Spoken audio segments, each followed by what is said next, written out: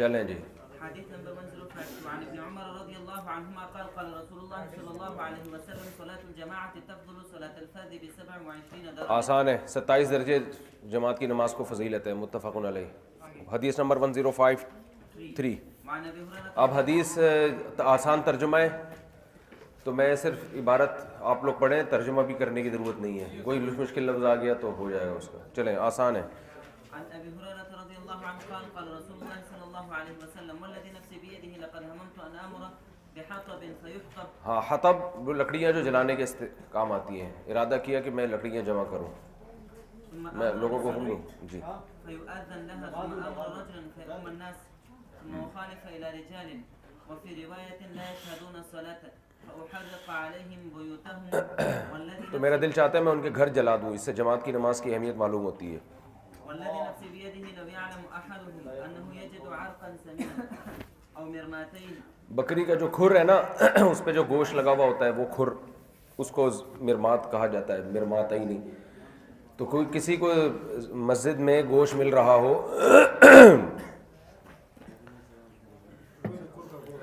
یا وہ ہڈی جس پہ گوشت لگا ہوا ہوتا ہے وہ مل رہا ہو تو لوگ آ جائیں مسجد میں. یہ ترغیب دینے کے لیے نا، ہم کہتے ہیں نا جیسے یہاں اگر امام صاحب پیسے دے رہے ہوتے تو دیکھو سب لوگ آ جاتے ہیں. تو آپ صلی اللہ علیہ وسلم نے فرمایا کسی کو اگر مسجد میں گوشت مل رہا ہو تو لشہید العشاء، تو وہ تو عشاء میں آ جائے گا. تو نماز کی اہمیت اس سے زیادہ ہونی چاہیے. چلیں. حديث نمبر 54 وعنه رضي الله عنه قال أتى النبي صلى الله عليه وسلم رجل أعمى فقال يا رسول الله إنه ليس لي قائد يقودني إلى المسجد فسأل رسول الله. نابینا شخص آیا، یا رسول اللہ کوئی مسجد میں لانے والا نہیں ہے. تو آپ نے فرمایا کہ ٹھیک ہے گھر میں نماز پڑھو. لیکن جب جانے لگے تو آپ نے فرمایا کیا اذان کی آواز آتی ہے؟ انہوں نے فرمایا ہاں. آپ نے فرمایا کہ پھر آؤ مسجد میں آنا پڑے گا. چلیں. نماز کی اہمیت کی فضیلت پتہ چلتی ہے کہ نابینا کو بھی نماز معاف نہیں ہے، گھر میں نہیں پڑھ سکتے نابینا لوگ بھی. چلیں کلاس میں کہاں سے پڑھ سکتے ہیں. چلیں. حديث نمبر 55 یہ مسجد کی جماعت مراد ہے، ورنہ وہ نابینا صحابی اپنے گھر میں اپنی خواتین کے ساتھ نماز پڑھ سکتے تھے. تو جتنے جماعت کی اہمیت کی احادیث آ رہی ہیں اس سے مسجد کی جماعت مراد ہے. خوب سمجھ لو.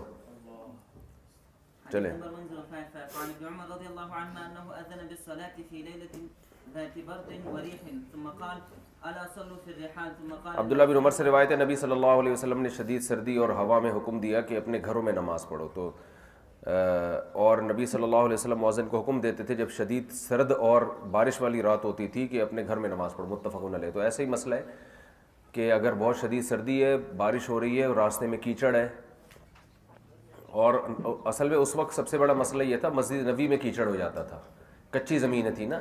آج مسجدوں کی زمینیں پکی ہیں تو تھوڑی سی بارش ہو یا کوئی خطرہ نہ ہو تو پھر گھر میں نماز جائز نہیں ہے، کیونکہ نابینا صحابی کو آپ نے گھر میں اجازت نہیں دی تو بارش میں کہاں سے اجازت ہوگی.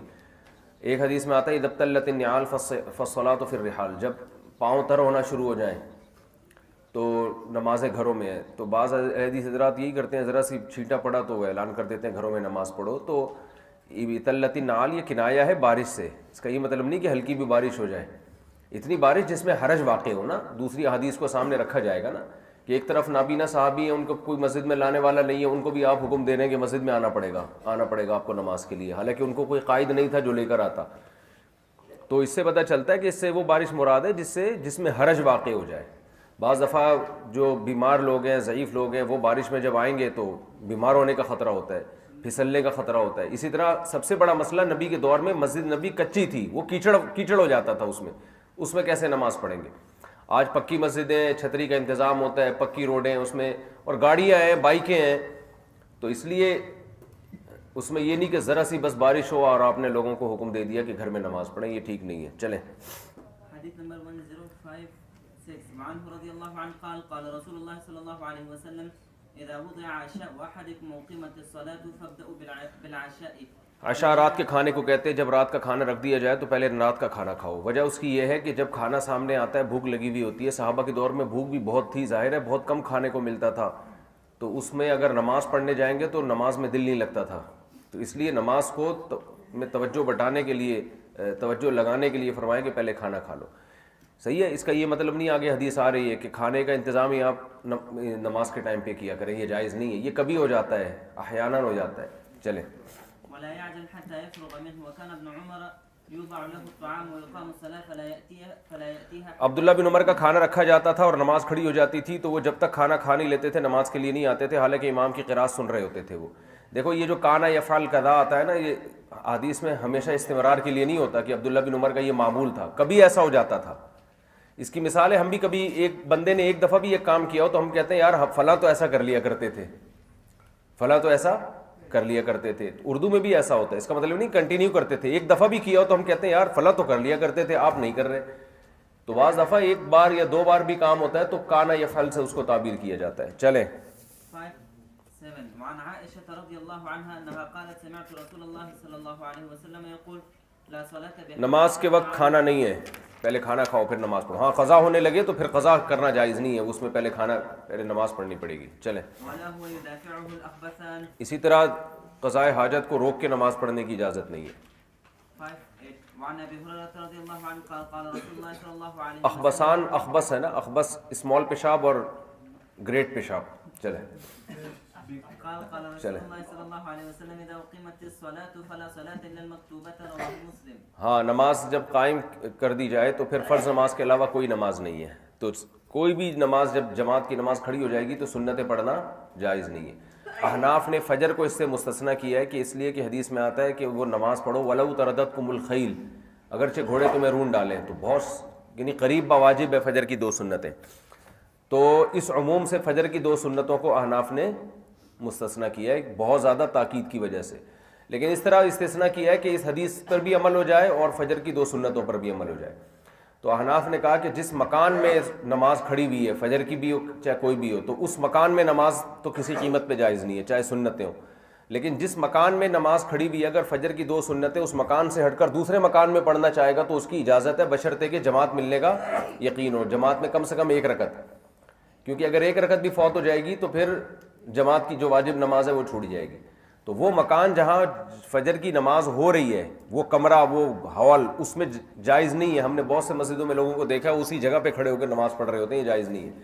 تو اس مکان سے ہٹ کر، کیونکہ وہ دونوں طرح کی روایات کو جمع کیا ہے نا، فجر کی سنتوں میں جو بہت زیادہ تاکید ہے. آپ کہہ سکتے ہیں حدیث میں تو استثناء نہیں ہے، تو احادیث میں بہت ساری احادیث ہیں، بہت ساری قرآن کی آیات ہیں عموم پر ہوتی ہیں، اس کے استثناء کے لیے اس کا استثناء عین ان الفاظ میں مذکور نہیں ہوتا. یہ تو قرآن سنت میں ایسا ہوتا ہے نا کہ استثناء دوسری دلیل سے ہوتا ہے، اس کے متعارض دوسری دلیل ہوتی ہے. یہ تو سب کر رہے ہوتے ہیں، شوافع بھی حنابلہ بھی. تو دونوں دلائل جب ایک ہی ٹکر کی ہوں گی تو پھر دوسری دلیل کو یہ بھی خبر واحد ہے. اور فجر کی سنتوں میں جو بہت زیادہ تاکید ہے، بعض فقہا کے نزدیک تو فجر کی سنتیں واجب ہیں، یعنی قریب با واجب ہیں، یعنی وطر سے، واجب کا مطلب وطر سے زیادہ ان کی اہمیت ہے. جو 3 وطر ہیں نا رات کو پڑھے جاتے ہیں ان سے زیادہ اہمیت ہے، تو اس لیے ان کو استثناء کیا گیا ہے. چلیں اور حدیث کو بالکلیہ ترک نہیں کیا گیا. جس مقام پہ نماز کھڑی ہو جائے گی اس مقام پہ فجر کی سنتیں بھی جائز نہیں ہوں گی. تو اس حدیث پر بھی تو عمل ہو گیا نا. میں اس لیے کہہ رہا ہوں کہ اس میں بہت زیادہ یہ اہل حدیث حضرات حنفیہ پہ طنز کرتے ہیں کہ یہ لوگ حدیث کو نہیں مانتے، حدیث میں تو آتا ہے کوئی نماز نہیں ہے سوائے فرض کے، تو یہ کیوں فجر کو مستثنیٰ کریں. تو فجر کو مستثنیٰ ہم نے اپنے ماموں یا چاچو کے کہنے پہ نہیں کیا. فجر کی سنتوں کی تاکید بھی نبی صلی اللہ علیہ وسلم ہی سے ثابت ہے. چلیں اور اس طرح استثناء کیا کہ اس حدیث کا ظاہر بھی نہ چھوٹے کہ وہ مکان جہاں پر فرض نماز ہو رہی ہے وہاں پر فجر کی سنتیں پڑھنا بھی جائز نہیں ہے، اس سے ہٹ کر دوسری جگہ پہ پڑھنے کی اجازت ہے، بشرطے کہ فرض چھوٹنے کا اندیشہ نہ ہو. چلیں ہاں سردی زیادہ ہے نہیں ایسے کام پر ہے تو پھر چھوڑ دیں. چلو نا نہیں ہال میں پھر بھی نہیں پڑھ سکتے، جس ہال میں جماعت ہو رہی ہے وہاں پھر بھی نہیں پڑھ سکتے. حائل اگر ہو پھر بھی نہیں پڑھ سکتے. ہال کے اندر حائل کہاں سے ہوتا ہے؟ نہیں، ستون کے پیچھے نہیں پڑھ سکتے، وہ اس جگہ پہ جائز نہیں ہے جس ہال میں نماز ہو رہی ہے. چلیں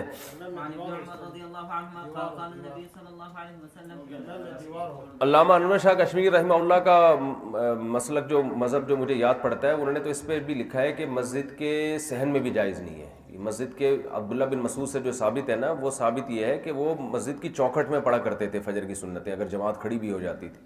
تو احناف نے اس میں یعنی متأخرین نے اس میں عموم کرتے کرتے چوکھٹ سے لے کر اندر آئے، اندر سے پھر صحن میں لائے، صحن سے پچھلے برآمدے میں لے کر لا کر پھر عوام اس کو برآمدے تک بھی لے گئی اور افغانستان میں صف میں کھڑے ہو کر پڑھ لیتے ہیں نماز.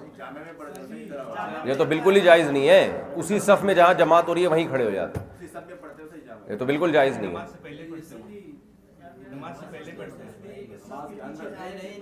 نہیں, صف کے پیچھے بھی نہیں پڑھ سکتے. اس ہال میں پڑھنا جائز نہیں ہے. اس مکان میں جہاں جماعت ہو رہی ہے نہیں پڑھ سکتے. چلو آگے, چلو چلیے. قال النبي صلى الله عليه وسلم إذا استأذنت امرأة أحدكم إلى المسجد فلا يمنعنها متفق عليه. حضرت عبداللہ بن عمر رضی اللہ عنہ سے روایت ہے, نبی صلی اللہ علیہ وسلم نے فرمایا جب تم میں سے کسی کی زوجہ مسجد جانے کی اجازت مانگے تو اس کو نہ روکا جائے. متفق علیہ. نبی صلی اللہ علیہ وسلم سے بہت ساری احادیث میں یہ بات ثابت ہے کہ آپ نے جب کوئی عورت اجازت مانگے تو اس کو مسجد میں جانے سے منع کرنے سے منع کیا ہے. سمجھ رہے ہو؟ تو اس لیے اصل مسلک یہی ہے کہ عورت جب مسجد میں جا سکتی ہے نماز پڑھنے کے لیے, لیکن نبی نے ترغیب اس کو کہیں بھی نہیں دی ہے, بالکل بھی ترغیب نہیں دی ہے, بلکہ اس کو ترغیب دی ہے کہ اس کے گھر میں نماز, بلکہ اس گھر کے اندر جو کمرے کے اندر بھی بعض خواتین ایک چھوٹا کمرہ بنایا کرتی تھیں, اس کمرے میں نماز کمرے سے بہتر, اور کمرے کی نماز صحن سے بہتر, اور صحن کی نماز مسجد سے بہتر. یہاں تک کہ ایک صحابیہ کو آپ نے فرمایا میرے پیچھے نماز پڑھنے سے بہتر ہے تم گھر میں نماز پڑھو. تو پیغمبر کے پیچھے نماز پڑھنے سے بہتر بھی کیا تھا؟ گھر میں نماز پڑھنا. اب سوال پیدا ہوتا ہے کہ جب اتنی ذرا بھی ثواب نہیں ہے اس کو تو پھر اجازت کیوں دی ہے؟ بھائی گھر سے نکلنے میں, مسجد میں جانے میں وہ اتنی محنت جب ہی کرے گی نا جب اس کو کچھ تو ثواب اضافی مل رہا ہو, تو کچھ بھی اضافی نہیں مل رہا, تو پھر جانے کی اجازت کیوں دی ہے؟ تعلیم کے لیے, کیونکہ وہ اسلام اس وقت دنیا میں آیا تھا اور خواتین کو دین سیکھنے کا مسجد کے علاوہ کوئی موقع تھا نہیں, کیونکہ ان کو پیغمبر سے سیکھنے کا موقع کیسے ملتا؟ ورنہ خود سوچنے کی بات ہے نا, جب ثواب ہی نہیں ہے بالکل تو پھر آنے کی اجازت کیوں دی جا رہی ہے؟ تو اس لیے دی جا رہی ہے کہ پیغمبر صلی اللہ علیہ وسلم کی حدیث وہ بھی براہ راست سن سکیں. تعلیم اتنی عام نہیں تھی, تو فقہائے کرام نے جو پابندی لگائی ہے, امام ابو حنیفہ نے پابندی لگائی کہ غالباً اس میں یہ شروع میں قول تھا کہ بوڑھی عورتیں جا سکتی ہیں, جوان نہیں جا سکتی, رات کو نہیں جا سکتی, دن میں جا سکتی ہیں. بعد کے فقہا نے بوڑھی اور جوان سب کسی کو بھی مستثنیٰ نہیں کیا, کہا کہ سب کسی کے لیے بھی جائز نہیں ہے. اور جن فقہا نے اجازت دی جیسے امام شافعی رحمہ اللہ نے, انہوں نے بھی علی الاطلاق اجازت نہیں دی, انہوں نے بھی پابندیاں لگائیں کہ جوان عورت رات میں نہیں جا سکتی. یعنی کسی فقیہ کے نزدیک بھی علی الاطلاق اجازت نہیں ہے. یہ جو اہل حدیث رات کہتے ہیں نا سب کے نزدیک بس جانا جائز ہے, ایسا نہیں ہے. سب نے کہیں نہ کہیں جا کے پابندی لگائی ہے. اچھا, ان کو بہت زور سے کچھ آ رہا ہے بولنے کا نا, بس صبر کیا کرو. جب ایک آدمی کی جب تک بات کمپلیٹ نہیں ہوتی بولا نہیں کرو بیچ میں.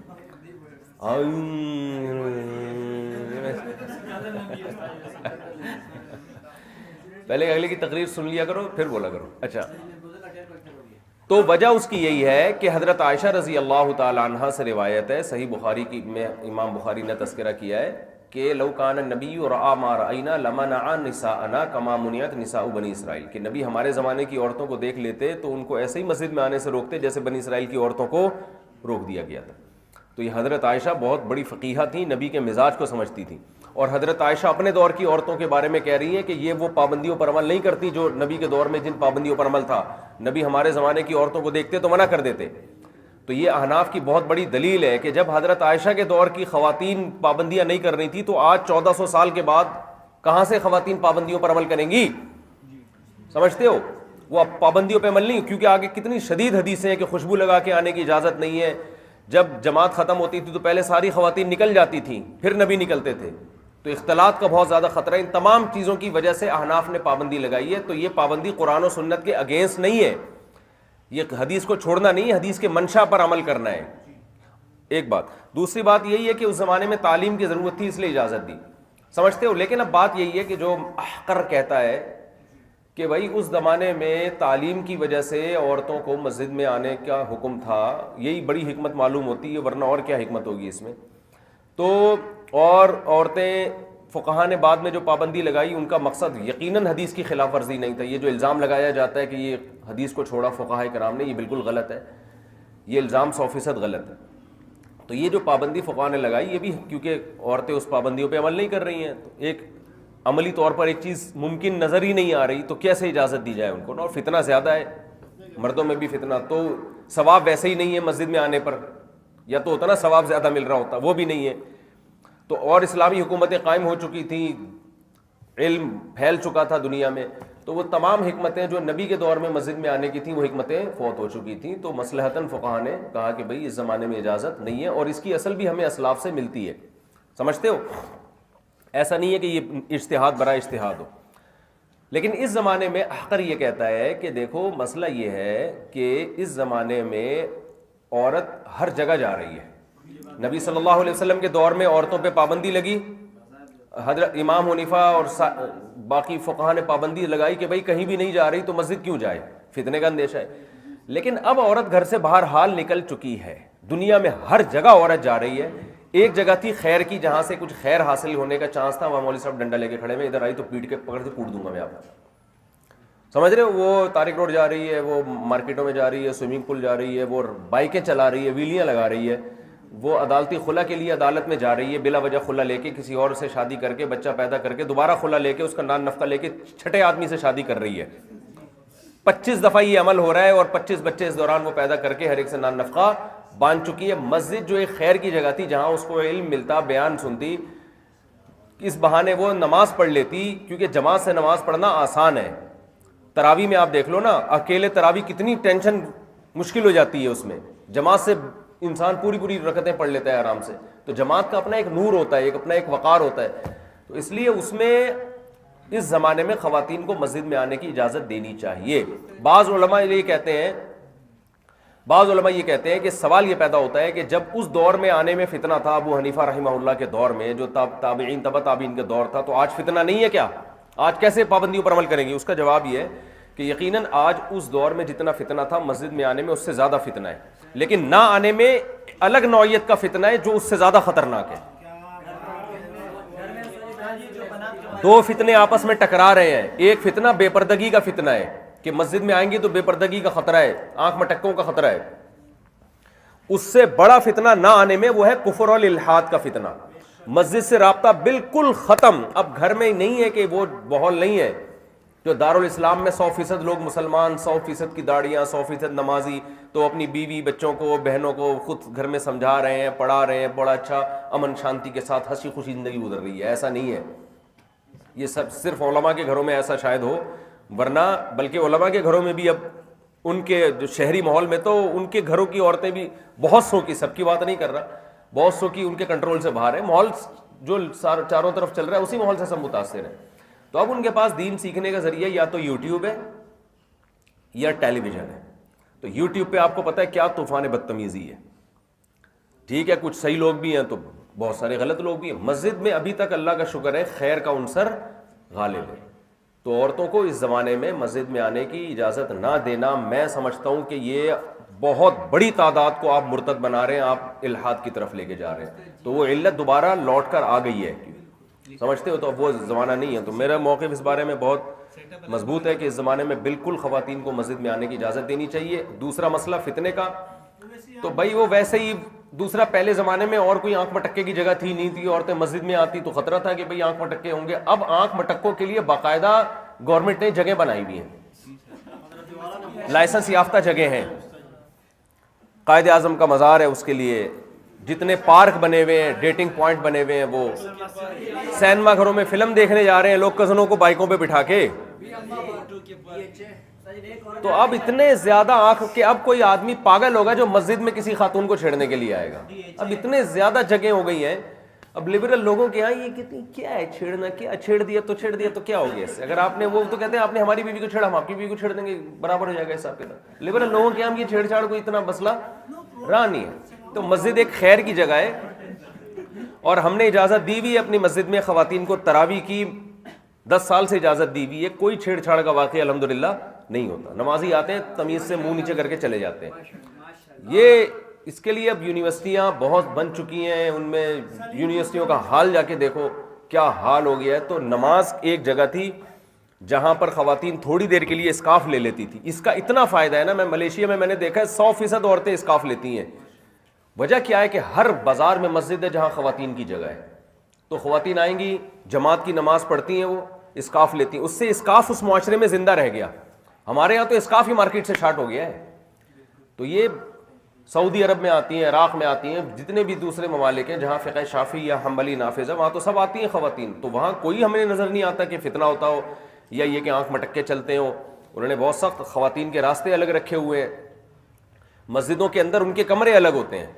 اس لیے اس کی بالکل اس زمانے میں منع کر دینا یہ فقہی بصیرت کے احقر کی رائے کے مطابق بالکل خلاف ہے. یہ اس کی علامت ہے کہ آپ اپنے زمانے کے احوال سے واقف نہیں ہیں. بعض لوگ کہتے ہیں جب آپ حنفی ہیں تو امام حنیفہ کے قول کو لینا پڑے گا آپ کو, ورنہ آپ اپنے آپ کو حنفی کیوں کہہ رہے ہو. تو بھائی بات یہ ہے کہ جب ہم نے نبی کے قول کو امام ابو حنیفہ کے کہنے پر اس لیے چھوڑ دیا کہ زمانہ تبدیل ہو چکا ہے, مقصد نبی کے قول کو چھوڑنا نہیں تھا, تو زمانہ کا تبدیل ہونے سے ابو حنیفہ رحمہ اللہ کے قول کو کیوں نہیں چھوڑا جا سکتا؟ نہیں یہی بات ہے. اگر آپ یہ کہتے ہو کہ زمانہ چینج ہو گیا جس کی وجہ سے امام حنیفہ کے قول کو ہم نے لیا, تو مقصد ہمارا حدیث چھوڑنا نہیں تھا. زمانے کی تبدیل سے حکام تبدیل ہوتے ہیں, بعض حکام ایسے ہیں جو تبدیل ہوتے ہیں. تو یہ کیا بات ہے کہ نبی کے بارے میں تو آپ میں اتنی لچک ہے کہ زمانے کے تبدیل ہونے سے آپ نے امام حنیفہ کی لاجک کو مان لیا, لیکن امام حنیفہ کے قول پہ آپ اتنے مضبوط ہیں کہ زمانہ پورا الٹ پلٹ ہو جائے آپ نے کہا ابو حنیفہ کے قول کو نہیں چھوڑنا. یہ اس کی علامت ہے کہ آپ یہ تقلید میں غلو ہے, یہ تعصب ہے ایک قسم کا. لیکن میں ان علماء کو جو کہتے ہیں کہ عورتیں گھروں میں ہی نماز پڑھیں ان کو متعصب نہیں کہہ رہا, مقصد وہ ان کے اپنے دلائل ہوں گے جو وہ جانے, لیکن اس بیس پہ آپ نہیں بات کر سکتے کہ ہم حنفی ہیں تو بس وہ پتھر پہ لکیر بن گئی بات. بھائی وہ بھی تو وہ قول بھی تو معلول بعلہ ہے نا, معلول بعلہ ہے. وہ علت تبدیل ہونے سے حکم, جب حدیث کا حکم تبدیل ہوگا تو ابو حنیفہ کی رائے کی وہ ہم کہتے ہیں کہ حضرت عائشہ فرماتی ہیں کہ نبی صلی اللہ علیہ وسلم ہمارے دور میں ہوتے تو عورتوں کو مسجد میں آنے سے روک دیتے. ہم کہتے ہیں حضرت عائشہ ہمارے دور میں ہوتی تو دوبارہ اپنی قول سے رجوع کرتی کہ بھئی اب مسجد میں آنے دیا جائے. کہتی ہیں بھائی کہ بھئی یہ تو ارتداد پھیل رہا ہے, الحاد پھیل رہا ہے, یہ تو بالکل مسجد سے ساری عورتیں دنیا کی ہر جگہ جا رہی ہیں. ایک دن کیا ہوا, وہ تنظیم اسلامی والوں نے تراویح میں, اور خواتین کی بہت بڑی تعداد شریک ہوتی ہے, کسی نے مجھے کہا یار یہ دیکھو انہوں نے اتنی ساری عورتوں کو گھروں سے نکال لیا, جماعت سے نماز پڑھوا دیا, پورا مجمع ہوگی, کیا ہو رہا ہے یہ. میں نے کہا انہوں نے بہت خاندانی کام کیا ہے. اگر یہ لوگ رمضان کے آخری اشروں میں ان عورتوں کو تراویح کا انتظام میں نہ لے کر آتے نا تمبو لگا کے, تو یہ ساری تاریک روڈ اور شاپنگ سینٹروں میں گھوم رہی ہوتی. جی یہ کیا پتہ چلتی ہے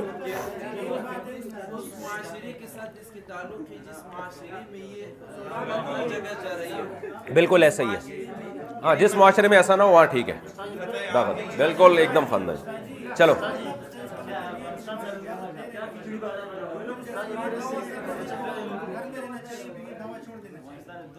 نہیں, عورتوں کو گھر میں رہنا چاہیے, لیکن جب نہیں رہ رہی, ایک چیز گھر سے نکل گئی ہے تو مسجد بھی آئیں, نہیں آئے تو کہیں بھی نہ آئے. پھر دیکھو علت یہ بنائی ہے, علت ہماری ہے کہ فساد پھیل رہا ہے, وہ پھیل چکا ہے جو پھیلنا تھا, ہر جگہ جا رہی ہیں, تو جو نہیں جا رہی پھر کہیں بھی نہ جائے. اور اگر ہر جگہ جا رہی ہے, ہمارے ایک صاحب نے کہا وہ ہر جگہ ہم سے پوچھ کے تھوڑی جا رہی ہے, غلط کر رہی ہے ہم تو وہاں بھی جانے سے منع کریں گے. میں نے کہا غلط کر رہی ہے صحیح کر رہی ہے, یہ بحث نہیں ہے. بحث یہ کہ ہر جگہ جانے سے جو فساد ہونا تھا وہ ہو رہا ہے. تو اگر اس کو ہم کہیں گے کہ بھائی گھر میں قرن فی بیوتکن, گھروں میں قرار پکڑو, تو پھر ہر جگہ قرار پکڑو. اگر کہیں اور نہیں پکڑ رہی, قرار ہر جگہ جا رہی ہے, تو ہم نہیں کہہ رہے کہ ہم سے پوچھ کے جاؤ, ہم کہتے ہیں پھر یہاں بھی آ جاؤ, کیونکہ یہاں آپ کو گھر میں بیٹھنے کی دعوت ملے گی, کہیں اور آپ کو گھر میں رہنے کی دعوت نہیں ملے گی. قرار فی البیوت کا مسئلہ کہ گھروں میں قرار پکڑنا ہے, یہ بھی اس کو مسجد سے سننے کو ملے گا. چلیں آگے, چلے چلے چلے چلے چلے چلے.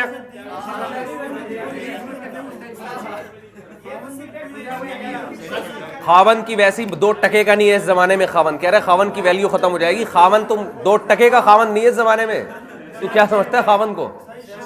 میں گاؤں دیہاتوں کی بات نہیں کر رہا, میں شہروں کی بات کر رہا ہوں. آپ کی بیگم پرس لٹکا کے اگر شاپنگ کے لیے جانا چاہے, خاون روک کے دیکھے 2 ٹکے کا. تو سمجھتا ہے اپنے آپ کو؟ چلو یار آگے چلو, عبارت پڑھو دی. یہ بھی خاون ہے نا.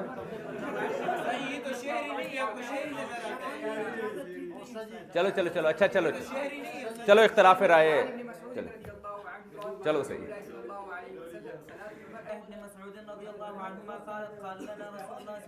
یہ مدرسے بنات جو تم لوگوں نے نکالے ہیں, یہ 1400 سال میں کہیں ملتے ہیں؟ جب اپنا مدرسہ چلانا ہے تو عورتیں گھروں سے نکل سکتی ہیں, حالانکہ اس میں فتنہ مسجد میں آنے سے زیادہ ہے. دیکھو مسجد میں جب عورت آئے گی, ادھر سے آئی پیچھے نماز میں بلکہ اب تو مسجدوں میں الگ کمرے بنے ہوتے ہیں, فل پردے کا انتظام ہوتا ہے. سنو, وہاں سے آئی اور وہیں سے گھر چلی گئی, بنات کے مدرسے میں تو روزانہ صبح کئی کئی گھنٹوں کے لیے آ رہی ہیں, ایک ٹیچر میل ٹیچر سے پردے میں پڑھ رہی ہیں, اس میں یہاں امام کا اور جو پیچھے نماز پڑھنے والی خواتین ہے کوئی آپس میں لنک نہیں ہوتا, کوئی بات چیت نہیں ہوتی. جبکہ یونیورسٹیوں میں یا دینی مدرسوں میں دیکھ لو, جو اس میں تو ٹیچر پڑھا رہا ہے روزانہ, اس کو لڑکیوں کی آوازیں کانوں میں پڑ رہی ہیں, ہر ایک کا نام پتہ ہے اس کو, ہر ایک کی استعداد پتہ ہے, آوازوں کا پتہ ہے. وہاں فتنے کا اندیشہ زیادہ ہے. وہاں کہہ دیا کہ ضرورت ہے تو جائز ہے, کیونکہ جب لڑکیاں یونیورسٹی میں پڑھ رہی ہیں تو دین کا علم سیکھنے کے لیے مدرسوں میں بھی آئیں گی. وہاں ضرورت کی وجہ سے جائز کہہ دیا, اور یہاں جو منسوس ہے, جو اختلافی مسئلہ ہے اور اس کی بھی وجہ تھی ایک خاص وجہ سے, وہاں ناجائز ہے. کھوپڑی میں آنے والی بات نہیں ہے.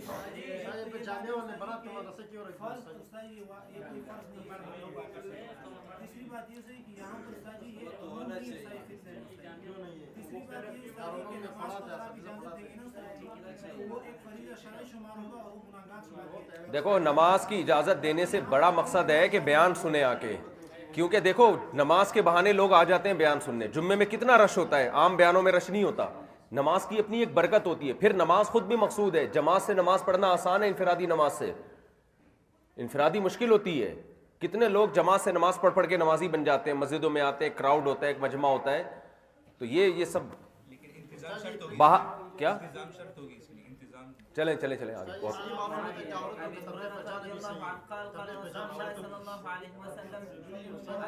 ہاں نا جائز ہے, کیوں نہیں جائز ہے. چلیں تبلیغ پہ جانا کیوں نہیں جائز. نبی نے فرمایا جو عورت خوشبو لگائے وہ عشاء کی نماز میں ہمارے ساتھ شریک نہ ہو. چلیں. عن ابن عمر رضی اللہ عنہما قال قال رسول اللہ صلی اللہ علیہ وسلم لا تمنعوا نساءكم المساجد وبيوتهن خير لهن. وعن ابن آسان ہے, وہی حدیث ہے. رضی اللہ عنہ قال قال رسول اللہ صلی اللہ علیہ وسلم صلاة المرأة في بيتها افضل من صلاتها في. کون سی حدیث نمبر تو پڑھ لیا کرو. 163 استاذ. 163 وعن ابن مسعود 1063. چلو. وعن ابن مسعود رضی اللہ عنہ قال قال رسول اللہ صلی اللہ علیہ وسلم صلاة المرأة. یہ ہو چکا ہے نا, آگے چلو نا. ابے چلنا آگے چل. وعن ابي هريره رضي الله عنه قال اني سمعت حبي ابا القاسم صلى الله عليه وسلم. حب کہتے ہیں انتہائی محبوب کو.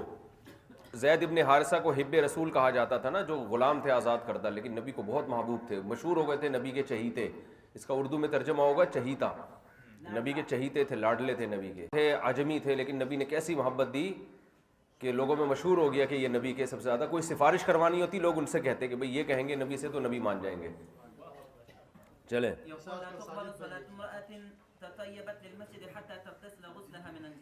ہاں کوئی عورت خوشبو لگا دے تو مسجد میں نہ آئے جب تک کہ غسل جنابت جیسا غسل نہ کر لے, یعنی مکمل پراپر غسل کرے, اس خوشبو کو ختم کرے.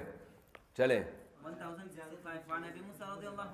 چلو نہیں تو یہ تو پابندی لگائی جائے گی کہ مسجد میں خوشبو لگا کے آنا حرام ہے, ناجائز ہے. چلا بھائی چلے. فتنہ پھر بھی ہے, نہ آنے کا فتنے کو, اور اس میں دیکھو وہاں الہاد کا فتنہ ہے. دونوں فتنے. ابے تم میں تو اٹریکشن ہے ہی نہیں, تم چھوڑو یار. چلو اس کو دیکھ کے کوئی فتنے میں آئے گا, کام کرنے لگے گا. تم تکبر کیا کرو, تم پہ نظر نہیں لگے گی. چلو تم نظر کی صبح شام کی دعائیں بالکل بھی نہ پڑھو, کچھ اور کر لیا کرو. چلو چلو چلے آگے چلے, حدیث آسان ہے یہ.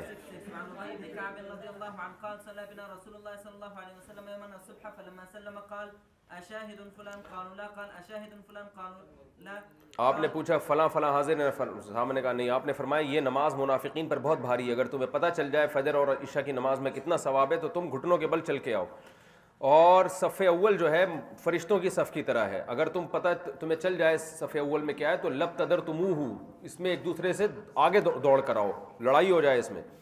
اور بندے کی جماعت سے نماز گھر میں نماز سے افضل ہے, اور 2 آدمیوں کی نماز 1 آدمیوں کی نماز سے افضل ہے. چلیں. اور جتنی نماز میں تعداد نمازیوں کی زیادہ ہوگی وہ اللہ کو زیادہ محبوب ہے, جماعت جتنی بڑی ہو اتنی بڑی فضیلت ہے. چلیں.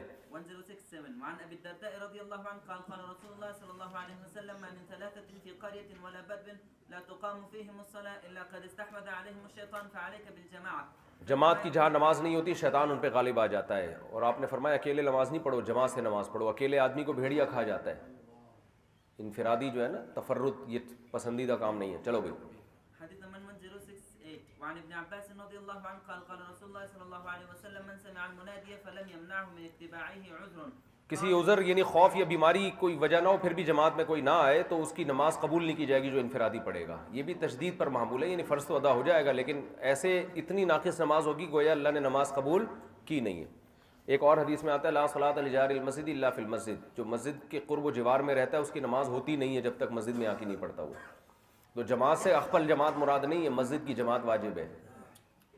چلیں حديث نمبر 1069 وعن عبد الله بن أرقم رضي الله عنه قال سمعت رسول الله صلى الله عليه وسلم يقول إذا أقيمت الصلاة ووجد أحدكم جب کوئی کسی کو قضاء حاجت کا تقاضا اور جماعت کھڑی ہو جائے تو پہلے قضاء حاجت سے فارغ ہو پھر نماز پڑھے. چلیں البتہ فرق اگر قضا ہو رہی ہو نا نماز تو پھر ہر قیمت پہ نماز کو پہلے قضا ہونے سے بچانا ہے.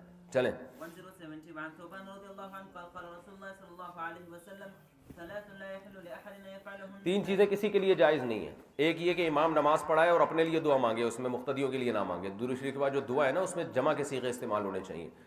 اچھا فإن فعل ذلك فقد خانهم ولا ينظر في قعر بيت قبل أن يستأذن. کسی کے گھر میں نہ جھانکے, فإن فعل ذلك فقد خانهم ولا اگر کوئی جھانکے گا تو یہ خائن شمار ہوگا. ولا يصلي وهو حاقن حتى قضاء حاجت روک کے نماز نہ پڑھے. صحیح ہے نا. چلیں 1071 وعن جابر رضي الله عنه قال قال رسول الله صلى الله عليه وسلم. بس یہ تو قرآن کے الفاظ ہیں نا تو وہ تو جائز ہیں, اس میں نیت بتاویل کل واحد ہر ایک کی کر لے. چلیں لا تؤخر الصلاة لطعام نہیں وہ چلو نہیں ثابت ہو رہی. چلیں لا تؤخر الصلاة لطعام ولا لغيره.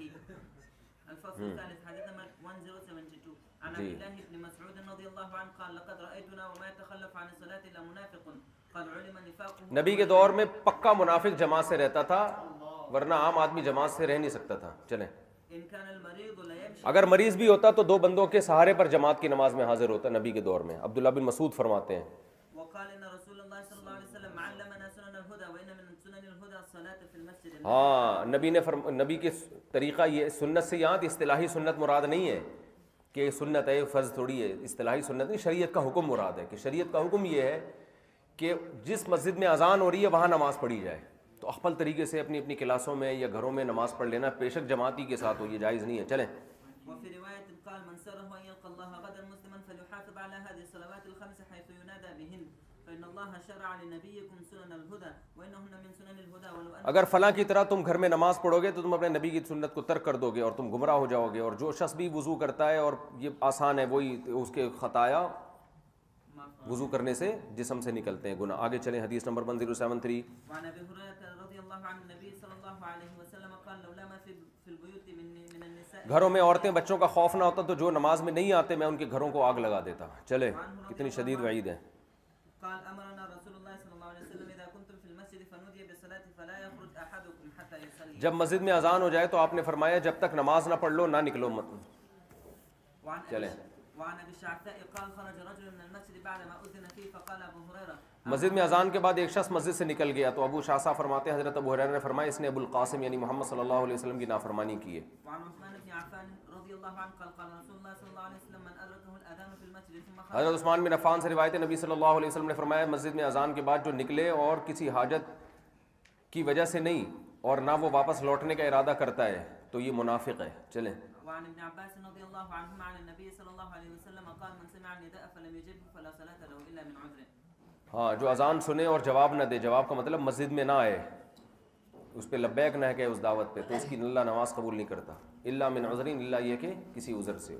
وعن عبد الله بن ام مكتوم رضي الله عنه قال يا رسول الله ان المدينة كثيرة الهوى. عبداللہ بن ام مکتوم فرماتے ہیں یا رسول اللہ مدینہ میں حشرات الارض اور درندے ہیں اور میں نابینا ہوں, تو کیا آپ میرے لیے رخصت پاتے ہیں؟ آپ نے فرمایا اذان کی آواز حی علی الصلاۃ کی آواز آتی ہے؟ انہوں نے فرمایا ہاں. فرمایا فحی حلا, یہ حلا بھی تنبیہ کے لیے, حیا کا معنی بھی آؤ, ضرور آؤ نماز کی طرف, اور ان کو اجازت نہیں دی گھر میں نماز پڑھنے کی. چلیں وعن ام الدرداء رضي الله عنها اگر واقعی کسی کو خطرہ ہو نا, کوئی درندے کاٹ لیں گے یا حشرات الارض کاٹ لیں گے, پھر جائز ہے گھر پہ نماز پڑھنا دوسری حدیث کے پیش نظر.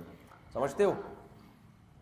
وعن ام الدرداء رضي الله عنها قالت دخلت علي ابو الدرداء وهو مغضب فقلت ما غضبك؟ قال والله ما اعرف من امر امه محمد صلى الله عليه وسلم شيئا الا. ام دردہ فرماتی ہیں کہ ان کے شوہر حضرت ابو دردہ غضبناک ہو کر گھر میں آئے. میں نے عرض کیا کس چیز کی وجہ سے آپ کو غصہ ہے؟ انہوں نے فرمایا کہ میں نبی صلی اللہ علیہ وسلم کے حکم میں امت محمدیہ کے حکم میں کچھ بھی نہیں پاتا الا یہ کہ وہ جماعت سے نماز پڑھا کرتے تھے. تو بعض لوگوں نے سستی شروع کر دی ہوگی جماعت سے نماز میں, اس پر غضبناک ہوئے.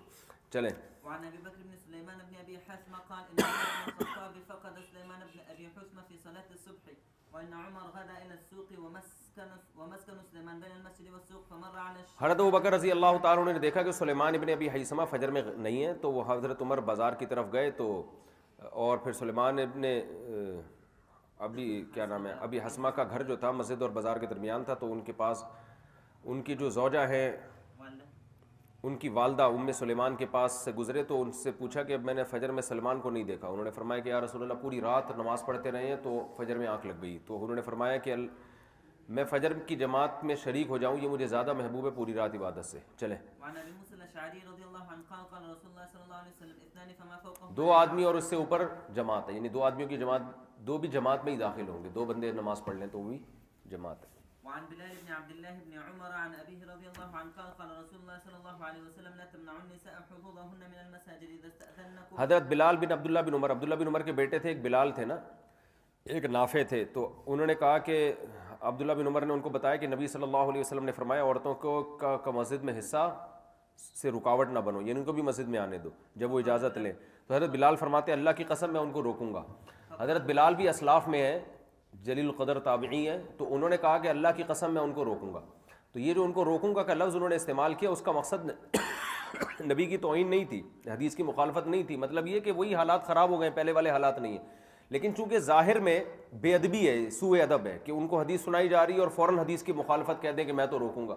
تو عبداللہ بن عمر کو ان سے بہت زیادہ غصہ آیا اور فرمایا کہ میں کہہ رہا ہوں نبی نے یوں فرمایا اور تم کہہ رہے ہو کہ میں یہ روکوں گا, تو یہ تو تم حدیث کی واضح مخالفت کر رہے ہو. تو اس پہ پوری زندگی عبداللہ بن عمر نے اپنے بیٹے سے بات نہیں کی ہے, سمجھتے ہو. چلیں. تو یہ وہی ہے جیسے امام مالک کی محفل میں کسی نے کہا تھا نا, امام مالک نے کہا نبی صلی اللہ علیہ وسلم کی حدیث سنائی کہ کدو آپ کو بہت محبوب تھے, ایک شخص نے کہا مجھے تو پسند نہیں ہے, تو امام مالک نے اس کو نکلوا دیا مجلس سے. تو مطلب یہ ہے کہ عین ممکن ہے کدو کسی کو اچھے لگے نہ لگے, لیکن یہ موقع یہ اس طرح سے بیان کرنے کا نہیں ہے. تو یہ سوء ادب کی وجہ سے عبداللہ بن عمر نے ان کے ساتھ ایسا کیا, ورنہ اسلاف میں اور بھی لوگ تھے جو خواتین کی مسجدوں میں آنے کو ناپسند کرتے تھے, اور ان کا مقصد حدیث کی مخالفت نہیں تھی, ان کا مقصد یہ تھا کہ حالات تبدیل ہو چکے ہیں. چلیں.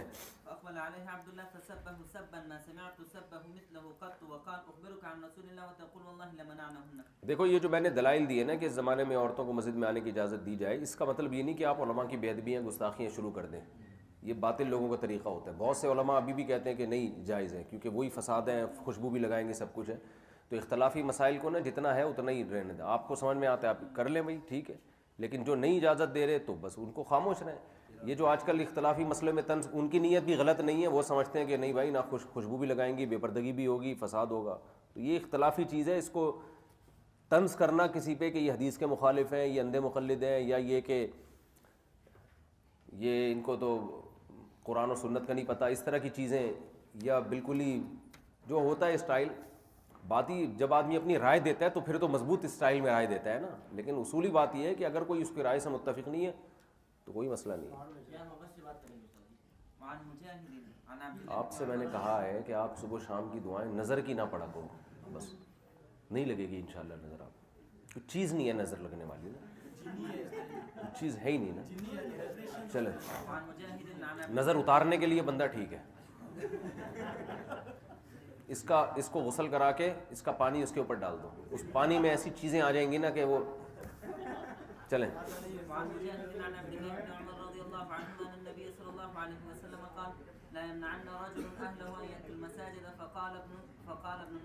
یہ وہی حدیث ہے. چلیں آگے. باب تسویۃ الصفوف والفصل الاول. چپ چپ چپ, پڑھنے تو آگے بہت سارا نصاب باقی ہے.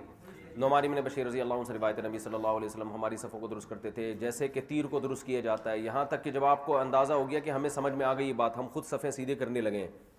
تو پھر آپ نے ایک دن نکلے تو دیکھا کہ ابھی تکبیر کہنے والے تھے, تو ایک شخص کو دیکھا کہ اس کا سینہ سب سے نکلا ہوا ہے. تو آپ نے فرمایا اللہ کے بندو صفوں کو درست کرو, او لا یخالفن اللہ بین وجوہکم, اللہ تمہارے چہروں کو نہ پھیر دے, یعنی نفرتیں نہ پیدا کر دے. تو صف کے ٹیڑھے ہونے سے دلوں میں بھی فرق پڑتا ہے. چلیں. الله صلى الله عليه وسلم بوجهه فقال اقيموا صفوفكم. نبی نے فرمایا صفیں درست کرو. تراسو کا مطلب خلل کو ختم کرو, مل کے کھڑے ہو. فإني أراكم من وراء ظهري رواه البخاري ومسلم. چلیں یہ حدیث پہلے گزر چکی ہے.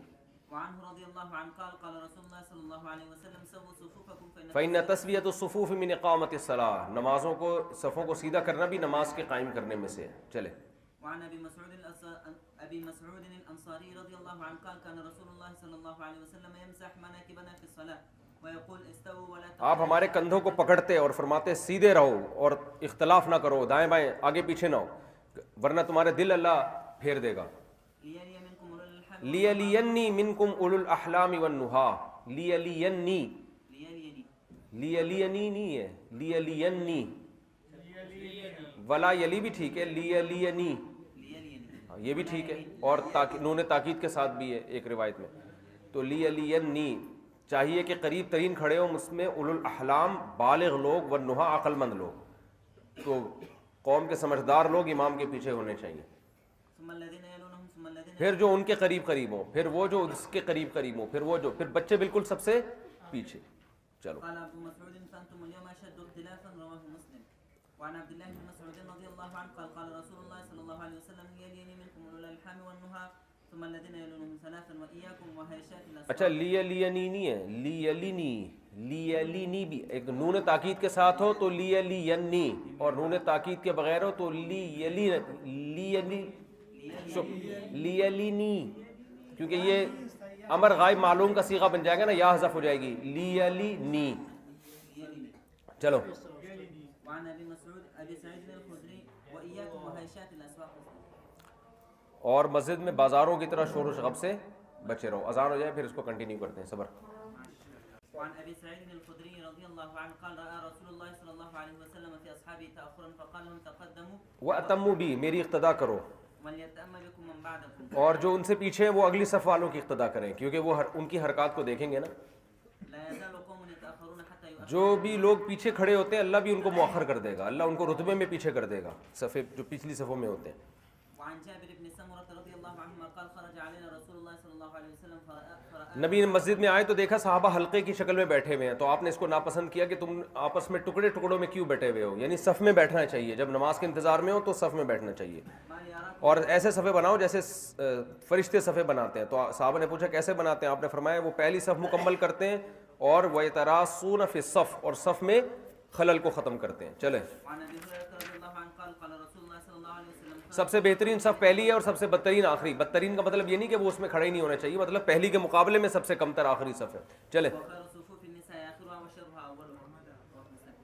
رسو صفوفکم, آپ نے فرمایا اپنی صفوں میں کو ملاپ پیدا کرو. وقاربوا بینہما, قریب قریب کھڑے ہو. وحاذوا بالاعناق, گردنوں کو ایک سیدھ میں لے کر آؤ. فوالذی نفسی بیدہ انی لأری الشیطان یدخل من خلل الصف کأنها الخذف, بکری کے بچے کی طرح شیطان صفوں کے بیچ میں گھستا ہے.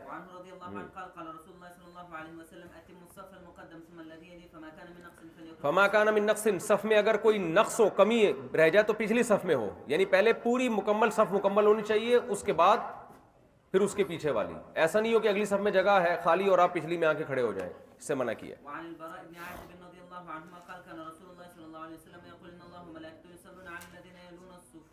فرشتے اور اللہ تعالیٰ رحمت بھیجتے ہیں, فرشتے رحمت کی دعا کرتے ہیں جو پہلی صف میں کھڑے ہوتے ہیں. اور جو سب سے بہترین قدم اللہ کو وہ ہے جو وہ قدم ہے جو صف کو مکمل کرنے کے لیے استعمال ہو. صف میں جگہ باقی ہے, آپ چل کے جاؤ گے تو اللہ کو یہ قدم بہت محبوب ہے, سمجھتے ہو, تو اس میں سستی نہیں کرنی چاہیے. اگلی صف میں جگہ خالی ہے, ہلتے ہی نہیں ہے, دھکا دیا جاتا ہے, جا بھائی تو آگے جگہ خالی ہے, کیوں نہیں کھڑے ہو رہا, آگے جا بڑھ چڑھ کے آگے جانا چاہیے. وعن عائشة رضي الله عنها قال رسول الله صلى الله عليه وسلم ان الله وملائكته يصلون على ميامن الصفوف. صف میں جو دائیں طرف کے لوگ ہیں اللہ ان پر رحمت کی دعا رحمت بھیجتے ہیں. تو صف میں جب دونوں طرف جگہ برابر ہو تو دائیں طرف کھڑا ہونا یہ زیادہ افضل ہے. چلیں.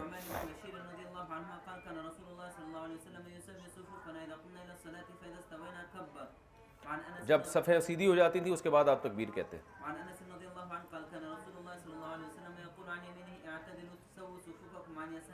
دائیں طرف والوں کو بھی کہتے ہیں اعتدلوا, برابر اعتدال سے کھڑے ہو جاؤ اور صفوں کو سیدھا کرو. بائیں طرف والوں کو بھی کہتے. الینکم مناکب فی الصلاۃ، جس کے کندھے سب سے زیادہ نرم ہے نماز میں، وہ اللہ کو وہ سب سے اچھا ہے. کیا مطلب؟ ایک اکڑ کے نہ کھڑا ہو، بلکہ کندھے میں اتنی لچک پیدا کرے کہ دوسرے کندھے کے پیرالل اس کے برابر ہو جائے، اس سے لگنے لگے. بعض لوگ ہوتے ہیں نا ہلتے ہی نہیں ہیں، سب بت بن کے کھڑے ہو جاتے ہیں. تو یہ الین نہیں ہے، یہ صفوں کو رکاوٹ بنتے ہیں سیدھا کرنے میں. چلیں. عن الفصل الثالث عن انس رضي الله عنه قال كان النبي صلى الله عليه وسلم يقول استووا استووا استووا فوالذي نفسي بيده اني لا اراكم من خلفي كما اراكم من بين يدي. چلیں. وعن ابي امامه رضي الله عنه قال قال رسول الله صلى الله عليه وسلم ان الله وملائكته يصلون على الصف الاول قالوا يا رسول الله وعلى الثاني قال نبی نے فرمایا اللہ رحمت بھیجتا ہے اور فرشتے رحمت کی دعا کرتے ہیں صف اول پہ. صحابہ نے کہا یا رسول اللہ یہ دوسری صف والوں پر بھی آپ نے فرمایا، پہلی صف والوں پر دوبارہ الفاظ کو ریپیٹ کیا. پھر صحابی نے کہا دوسری پر بھی آپ نے فرمایا، پھر اول والے پر. پھر انہوں نے کہا یا رسول اللہ دوسری پر بھی دعا رحمت بھیجتے ہیں. پھر آپ نے فرمایا کہ ہاں دوسری پر بھی. وقال رسول الله صلى الله عليه وسلم سووا صفوفكم وحاذوا بين مناكبكم ولينوا في ايدي اخوانكم ولینوا فی ایدی اخوانکم، نرم پڑ جاؤ اپنے بھائی کے ہاتھ میں. کیا مطلب؟ جب وہ صف سیدھا کرنے کے لیے ہاتھ پکڑ کے دائیں بائیں کرے تو نرم پڑ جاؤ، سخت نہ ہو. اکثر آپ نے دیکھا ہوگا اقامت ہو رہی ہوتی، سامنے منہ کر کے دیکھ رہے ہوتے ہیں، دیکھتے ہی نہیں کہ دائیں بائیں کوئی بندہ ادھر کو ہو رہا ہے تو تم بھی کھسک کے ادھر ہو جاؤ تھوڑا سا. وہ ایسے بت بن کے کھڑے ہو جاتے ہیں. تو یہ ساری حدیثیں ان لوگوں کے خلاف ہیں کہ آپ لچک پیدا کریں، نرم ہو جائیں. اس میں کوئی آپ کو دائیں کرتا ہے بائیں کرتا ہے سب سیدھا کرنے کے لیے تو اس کی بات مانیں، آپ بت بن کے نہ کھڑے ہو جائیں. چلو فإن الشيطان يدخل فيما بينكم بمنزلة الحدث يعني أولاد الضأن الصغار. جی. وعن ابن عمر رضي الله عنهما قال قال رسول الله صلى الله عليه وسلم أقيموا الصفوف وحاذوا بين المناكب وسدوا ولا تذروا فروجات للشیطان، شیطان کے لیے جگہ مت چھوڑو. من وصل صفا وصلہ اللہ، جو صف کو جوڑے اللہ اسے بھی جوڑے، جو صف کو توڑے اللہ اسے بھی توڑے. جی بہت شدید وعیدیں ہیں. دیکھو ڈسپلن ہے اسلام میں. ایسے بھی ہو سکتا تھا کھڑے ہو جاؤ بس نماز شروع کر دو. تو ایک مینجمنٹ ہے، ایک ڈسپلن ہے کہ اللہ کے دربار میں کھڑے ہو تو بالکل سیدھے ہونے چاہیے، ٹیڑھے بیڑے نہیں کھڑے ہو. وعن ابي هريره رضي الله عنه قال قال رسول الله صلی اللہ علیہ وسلم توسطوا لمن امام کو درمیان میں رکھو، وسد الخلل، اور خلل دور کرو. تو اس سے پتہ چلتا ہے کہ دائیں بائیں کے بیچ میں امام ہونا چاہیے. بعض دفعہ صفیں یہاں سے نکلنا شروع ہوتی ہیں، ادھر کوئی بندہ ہی نہیں آ رہا ہوتا، سب آڑے ترچھے ٹیڑھے میڑے جیسے بس وہ کھڑے ہو جاتے ہیں. وعن عائشة رضي الله عنها قالت قال رسول الله صلى الله عليه وسلم لا يزال قوم يتأخرون عن الصف الأول حتى چلیں آسان ہے، یہ ہو چکی ہے. وعن وابصة بن معبد رضي الله عنه قال ایک شخص نے بالکل پیچھے کھڑے ہو کے نماز پڑھی سب سے ہٹ کے، آپ نے حکم دیا دوبارہ نماز پڑھو. تو یہ بھی تشدید کے لیے، اس کو ترغیب کے لیے، تعلیم کے لیے. باب الموقف، چپ کر کے پڑھو ابھی. چلو چلو چلو. آج سنتیں یاد آ رہی ہیں ان کو اتنے طویل عرصے. ابھی ٹائم بہت ہے نماز میں. چلیں چلو چلو چلو. عبداللہ بن عباس فرماتے ہیں میں نے اپنی خالہ میمونہ رضی اللہ عنہا جو نبی کی زوجہ تھی ان کے گھر میں نماز پڑھی تو آپ نے نماز پڑھائی تو میں بائیں طرف کھڑا ہو گیا تو آپ نے میرے اپنے ہاتھ سے پکڑ کے مجھے پیچھے کر دیا. فعدلنی كذلك من وراء ظهري الى الشق الايمن، فعدلنی كذلك من وراء ظهره، تو آپ نے اپنے وہاں سے پھر پیچھے سے دائیں طرف لے آئے. تو ایک آدمی جب کھڑا ہوگا تو امام کے دائیں طرف ہوگا، بائیں طرف نہیں ہوگا. متفق علیہ. وعن جابر رضي الله عنه قال قام رسول الله صلى الله عليه وسلم ليصلي فجئت حتى قمت عن يساري فأخذ بيدي فادارنی، مجھے نبی نے گھما دیا اور دائیں طرف لے آیا. تو جبار ابن صخر آئے، وہ نبی صلی اللہ علیہ وسلم کے بائیں طرف کھڑے ہو گئے تو آپ نے ہم دونوں کے ہاتھ کر کے پیچھے کر دیا. تو ایسا ہی ہے کہ مسئلہ یہی ہے کہ جب دائیں طرف بندہ کھڑا ہو اکیلا ہو تو کوئی دوسرا بندہ آئے تو وہ پیچھے چلا جائے. وہ نہیں جا رہا تو امام اس کو پیچھے کر دے، چلو بھائی شاباش پیچھے جاؤ.